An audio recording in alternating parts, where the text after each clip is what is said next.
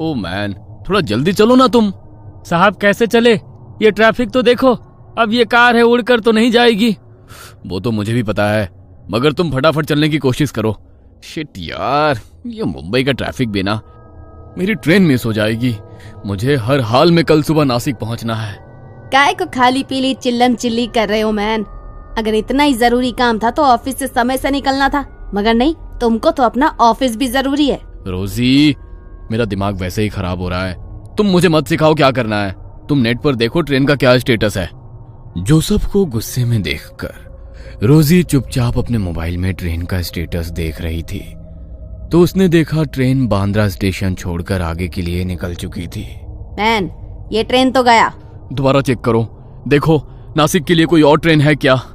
ये ट्रेन निकल गई। शिट, मुझे कुछ समझ में नहीं आ रहा कि अब क्या करें। मेरी कल सुबह की अर्जेंट मीटिंग है। रोजी ने अपने मोबाइल में देखा कोई और ट्रेन नहीं थी, तो जोसेफ गुस्से में रोजी के ऊपर चिल्लाने लगा, जबकि उस बेचारी की कोई गलती नहीं थी।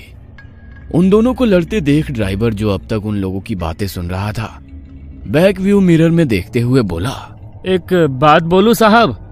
अब तू भी बोल ले। प्लीज जोसेफ, काम डाउन, एक बार सुन तो लो वो क्या कह रहा है। जोसेफ गुस्से में ड्राइवर की तरफ देख रहा था। ड्राइवर ने धीरे से डरते हुए कहा, साहब, आपकी बुकिंग बांद्रा स्टेशन की है। वहां पहुंचने के बाद आप एक बार पेमेंट कर देना, उसके बाद मैं अपना जीपीएस ट्रैकर बंद करके आपको नासिक ले चलूंगा।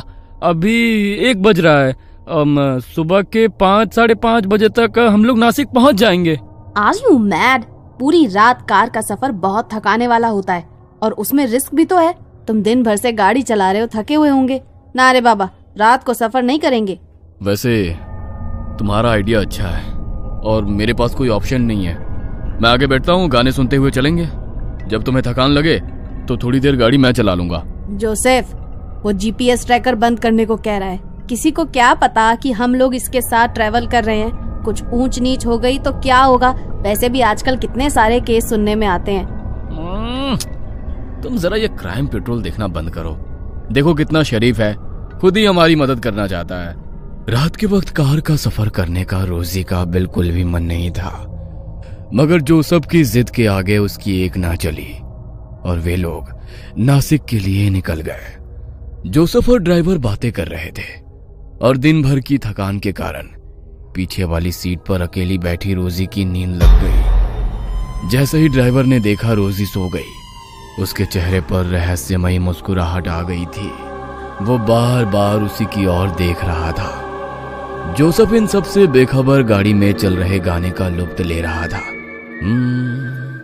ये शाम मस्तानी मदहोश किए जाए, मुझे दूर कोई खींचे तेरी ओर लिए जाए। कुछ देर बाद गाड़ी हाईवे पर रुकी। जैसे ही गाड़ी रुकी, रोजी घबरा कर उठी और वो ड्राइवर और जोसेफ को देखने लगी, मगर उसे कार में कोई भी नजर नहीं आया। पूरी रोड सुनसान पड़ी थी। जंगल के बीचों बीच सड़क पर खड़ी कार को देख वो घबरा गई। वो कार के कांच में से ही इधर उधर देख रही थी। उसे जोसेफ कहीं नजर नहीं आया। जैसे ही वो घबराकर कार से बाहर आई, उसे अपने कंधे पर किसी के हाथ के होने का एहसास हुआ। वो जोर से चीखी। उसके सामने एक भयानक औरत खड़ी हुई थी, जो देखते ही देखते उसके शरीर में समा गई। उसकी चीख सुन जोसेफ उसके पास आया। क्या हुआ?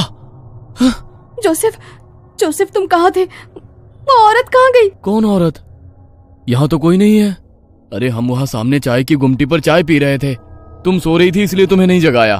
कहते हुए उसने चाय की गुमटी की तरफ इशारा किया तो रोजी हैरान रह गई, क्योंकि थोड़ी देर पहले वहां पर कुछ भी नहीं था। पूरा रोड खाली था। अब अचानक से चाय की गुमटी और रिफ्रेशमेंट की शॉप कैसे आ गई? ये कैसे हो सकता है? यहाँ तो अभी कुछ नहीं था, अचानक से ये सब कुछ कैसे? क्या कैसे हो सकता है? जरूर तुमने कोई सपना देखा होगा। चाय पियोगी? फ्रेश लगेगा। जोसेफ उसे समझाने की कोशिश कर रहा था, मगर रोजी डरी हुई थी। उसने ना में सर हिला दिया। ड्राइवर वापस आकर ड्राइविंग सीट पर बैठा और रोजी की तरफ देखकर मुस्कुराया। रोजी को उसका यूं मुस्कुराना अच्छा नहीं लगा। ड्राइवर ने उसकी तरफ सुपारी का पैकेट बढ़ाया। ये लो, इससे तुम्हें नींद नहीं आएगी। जोसेफ के कहने पर बेमन से रोजी ने वो सुपारी अपने मुंह में डाली तो रोजी को तेज इत्र की खुशबू आई और उसे ऐसा लगा कि कोई उसके बगल में आकर बैठा है, मगर वहां पर कोई नहीं था। पूरी रात वो डरी सहमी बैठी रही। वे लोग सुबह सुबह नासिक पहुंच गए।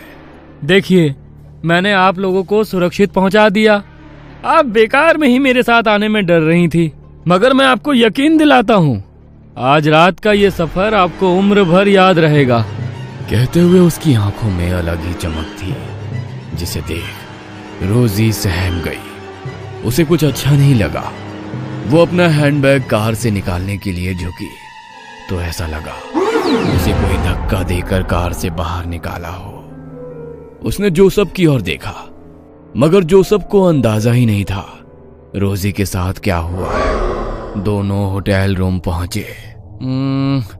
क्लाइंट से 9 बजे का अपॉइंटमेंट है। अभी तो केवल 5 बजे हैं। थोड़ी देर सो जाता हूं ताकि फ्रेश लगेगा। आओ, तुम भी सो जाओ। कहते हुए उसने रोजी को अपने पास बुलाया, मगर रोजी का मन खराब था तो वो रूम की बालकनी में जाकर बैठ गई। सुबह का उगता हुआ गुलाबी सूरज, ठंडी ठंडी हवाएं, चिड़ियों का कलरव उसके बेचैन मन को थोड़ा सा शांत कर रहा था। वहां बैठे बैठे उसे 2 घंटे बीत गए। उसे पता ही नहीं चला। जब उसने घड़ी की ओर देखा तो उसे पता चला, ओह माय गॉड, 2 घंटे से मैं यहीं पर बैठी हुई हूँ। कुछ देर में जोसेफ भी उठ जाएगा। उसके उठने के पहले रेडी हो जाती हूँ। वो वॉशरूम में अपना मुंह धो रही थी। मुंह धोते हुए उसने देखा उसकी गर्दन पर किसी के नाखून के निशान थे। वो हैरान हो गई। अरे, मेरे शरीर पर ये निशान कैसे? और ये क्या? इसमें से तो हल्का हल्का खून आ रहा है। मतलब ये ताजा निशान है। कैसे आ गए ये निशान? कुछ समझ में नहीं आ रहा है। कल रात तक तो नहीं थे, मुझे पता ही नहीं चला और ये निशान बन गए। वो उन निशानों को देख ही रही थी कि उसे जोसेफ की आवाज सुनाई दी। रोजी, पिछले 1 घंटे से वॉशरूम में क्या कर रही हो? मुझे भी तैयार होना है, क्लाइंट हमारा वेट कर रहा होगा। जोसेफ की बात सुनकर रोजी हैरान हो गई कि वो अभी तो वॉशरूम आई थी। 1 घंटा कैसे हो गया? वो केवल मुंह धोकर बिना नहाए ही वॉशरूम से बाहर निकल गई और ड्रेसिंग टेबल के सामने खड़े होकर अपने बालों को संवार रही थी। तभी जोसेफ रेडी होकर उसके पीछे खड़ा था। रोजी, क्या हुआ? तबीयत ठीक नहीं है क्या? पिछले आधे घंटे से देख रहा हूं तुम कांच के सामने केवल हेयर ब्रश लिए खड़ी हो। क्या हुआ है, बोलो। जोसेफ की बात सुनकर जैसे ही रोजी ने देखा, जोसेफ रेडी था, मगर रोजी का तैयार होना बाकी था। यहां तक कि उसने कपड़े भी नहीं बदले थे। उसे समझ नहीं आया कि केवल कांच के सामने खड़े खड़े इतना समय कैसे निकल गया। रोजी, तुम्हारी तबीयत ठीक नहीं लग रही है। शायद रात में ट्रैवल किया है, इसलिए तुम्हें अनईजी लग रहा है। नासिक पहुंचकर भी मैंने कहा था थोड़ी देर आराम कर लो, मगर तुम बालकनी में बैठी थी। अब ऐसा करो, तुम आराम करो, मैं क्लाइंट से मिलकर आता हूं। कहते हुए जोसेफ रूम से बाहर चला गया। होटल के उस बड़े से कमरे में रोजी अकेली थी। वो अभी भी वही ड्रेसिंग टेबल के सामने बैठी थी। उसकी आंखों के नीचे काले घेरे नजर आने लगे। वो वहां से जैसे ही उठी, आईने में से एक हाथ बाहर आया और उसने रोजी का गला दबाया। वो डरते हुए पलटी। कौन है? कौन है यहाँ पर? कांच में उसे उसी भयानक औरत की शक्ल नजर आ रही थी जो उसे रास्ते में मिली थी। रोजी डरते हुए कांच से 2 कदम दूर हटी, मगर वो औरत रोजी के और करीब आ गई। कौन हो तुम? कल रात से मेरा पीछा क्यों नहीं छोड़ रही हो? चली जाओ यहाँ से, प्लीज चली जाओ। कहते हुए रोजी अपने आसपास रखे हुए सामान से उस औरत पर वार करने लगी, मगर उस पर उन वारों का कोई असर नहीं था। वो धीरे धीरे रोजी की तरफ आगे बढ़ रही थी। रोजी पलंग पर जा गिरी। वो भयानक औरत उसके सीने पर सवार हो गई। रोजी को लगा अब वो नहीं बचेगी। डरते हुए आंखें बंद कर ली, मगर कुछ देर बाद जब उसने आंखें खोली तो उसके आसपास खून ही खून फैला हुआ था। यह देख वो डर गई। उसके सीने पर सवार वो औरत कच्चा मुर्गा चबा रही थी। जैसे ही रोजी ने आंखें खोली, उस औरत ने उसकी गर्दन पर अपने दांत गड़ाए और उसका खून चूस कर गायब हो गई। तभी दरवाजे की घंटी बजी। बाहर जोसेफ था। रोजी ने दरवाजा नहीं खोला तो वो रिसेप्शन से मास्टर की लेकर आया और रूम का दरवाजा खोला। रोजी रूम के एक कोने में डरी सहमी सी बैठी हुई थी। हे रोजी, क्या हुआ तुमको? और ये तुम्हारे कपड़ों पर खून कैसे? कुछ तो बोलो, क्या हुआ है तुम्हें? मुझे डर लग रहा है, कुछ तो बोलो। जोसेफ के बार बार पूछने के बावजूद रोजी कुछ भी कहने की स्थिति में नहीं थी। जोसेफ ने तुरंत रूम सर्विस को कॉल किया। सभी उसकी हालत देखकर हैरान थे। सीसीटीवी फुटेज में भी कुछ नजर नहीं आया। जोसेफ ने रोजी के कपड़े बदले और उसे अपने साथ वापस मुंबई लेकर आ गया। वो खून चूसने वाली चुड़ैल ब्लड सकर अब उसके साथ हर वक्त रहती। वो किसी को भी नजर नहीं आती, वो सिर्फ रोजी को ही नजर आती थी। रोजी उसके सामने आने के बाद अजीब व्यवहार करती थी। धीरे धीरे उसका शरीर सूखता जा रहा था। जोसेफ उसे लेकर कई डॉक्टर के पास भी गया, मगर किसी भी डॉक्टर के पास उसका कोई इलाज नहीं था। तब किसी ने उसे रोजी को चर्च ले जाने की सलाह दी। ब्लड सकर, ये क्या होता है? ये वो खून की प्यासी आत्माएं हैं जो अनंत काल तक इस धरती पर रहेंगे। उनकी मुक्ति संभव नहीं है। यह अपने शिकार को ना तो जिंदा रहने देती है, ना ही मरने देती है। इससे छुटकारा पाने का केवल एक उपाय है कि इसे किसी और के ऊपर छोड़ दिया जाए। फादर, ये क्या बात हुई कि अपनी परेशानी किसी और के ऊपर छोड़ दी जाए? यही इसका रूल है। किसी ने इसके ऊपर उसे छोड़ा है। दूसरी तरफ वो टैक्सी ड्राइवर अपनी बेटी के साथ डिनर कर रहा था। मैं बहुत खुश हूँ बेटा कि अब तू पूरी तरह से ठीक हो गई, वरना उस चुड़ैल ने तो तुझे कंकाल बना दिया था। उस रात वो मेम साहब के ऊपर मैंने तेरी कहते हुए वो मुस्कुराने लगा। जोसेफ आज भी रोजी की गिरती हालत से परेशान है। ब्लड सकर उसे ना ढंग से जीने दे रही है और ना मरने।